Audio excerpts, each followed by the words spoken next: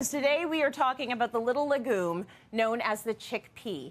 And here to show us how to transform this pantry staple into a family favorite, Chef Paul Lillakas. He can do it! Every time you come here, Chef, you bring something so simple and you elevate it. And last time you were here, we did tuna. Yeah. And I've been using that recipe, the one with the chili oil. Dressing. Yes. Well, that's like what I love on to hear. repeat. So today we're doing chickpeas. Talk to us about chickpeas. I love chickpeas too. All right, so chickpeas packed with protein, packed with dietary fiber, and I'm always keeping them on hand in my pantry, but there are a few different kinds, so let's go through them. Okay. Of course, there are dried chickpeas. These are cheaper, but a little bit more work. Yep. So you have to soak those for about 24 hours, then cook them. Yeah. So I'm a kind of a convenience person. Yeah. I go for... I was already not listening to that one. Like, next, the one in the can, please. Yeah, I always keep the cans around, and for the same reason. And you can, of course, get them with no sodium. I always get the ones with a little sodium, but that's because I'm a salt freak. But you have versatility there depending on what your diet needs. Okay, fair. So we're going to make a salad because I was thinking, oh, man, it is winter. Everyone's making soups and stews and warm, saucy things. Let's make an evergreen recipe, good all year round, and only gets better as it sits in the fridge. Let's switch it up then. What kind of salad are we going to make? Okay, so we're going to make a bruschetta, chickpea, and red bean salad. Sounds kind of good. like a deli-style salad, and it's so easy to make. So if you want to come help me here, here, you can dump in our chickpeas. So 1 can drained and rinsed. Yep. I'm going to add 1 can of red kidney beans, also drained and rinsed. I'll take that for you. Thank you. And now, you don't really have to mix the dressing ahead of time because this all just sort of marinates together. So we're going to add some white vinegar. Okay, what does the vinegar do? It adds acidity. Okay. It's an underused seasoning. Yeah. A bean salad with no acidity is just not going to taste that good. It's flat, yeah. You can add as much salt as you want. Actually, it keeps you from having to add more salt. Love that. Now, the bruschetta-themed ingredients. We're going to add some sun-dried tomato, finely chopped. Smart. And I'm going to add the oil from the jar. So instead of adding extra oil, we're using that tomato-infused oil. Yes. Some minced garlic. You want the spoon? Are you good? Yeah, I guess I should use the spoon. Nah, whatever. I wash my hands, I promise. He's a professional. Some minced shallot. Nice. So you could add red onion if you wanted. You could use green onion. I like shallot. It's a mild flavor. Right. Some white sugar to balance that acidity. Yeah.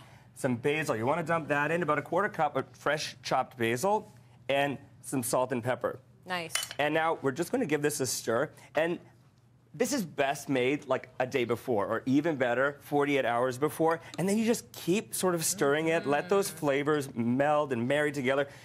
I was mentioning to you earlier, my mom used to take me to the deli when I was a kid. Yeah. And I remember being a little kid and observing, I guess I was wearing a bit of a chef hat then too, observing this just like tastes better than it did yesterday. Yeah. And that's because it's been given time to sort of meld.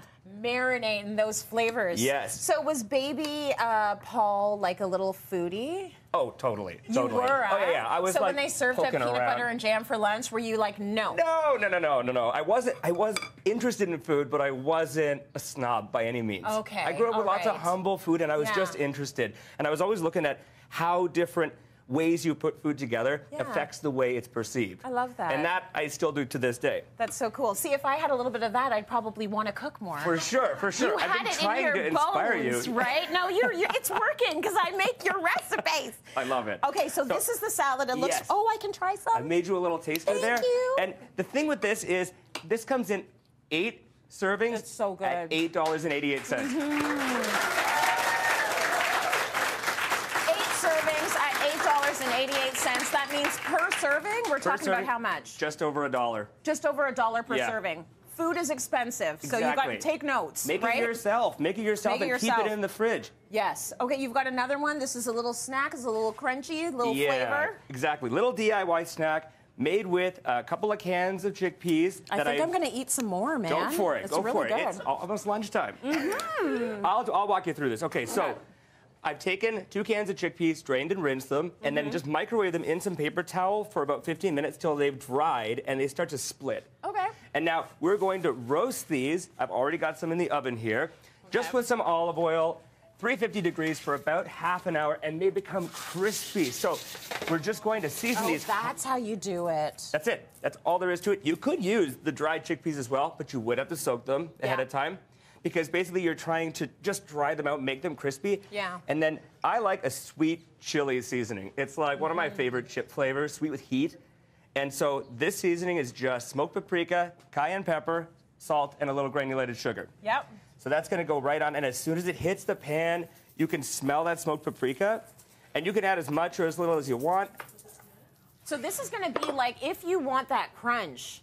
You know, like some people, sometimes you just want the crunch. Exactly. You can put it on your salad. You can just snack on that on your own. Totally. On its own. And these are best served like right from the oven. Yeah. They don't stay crispy for too long, but if you made them the day before, you could just throw them back in the oven for like 3 minutes, re-crisp them. You could, like you said, you could add them as sort of just a crunch thing in a pita onto your salad. You could dump that onto that and it would still be delicious. Oh my gosh, chickpea on chickpea, I love it.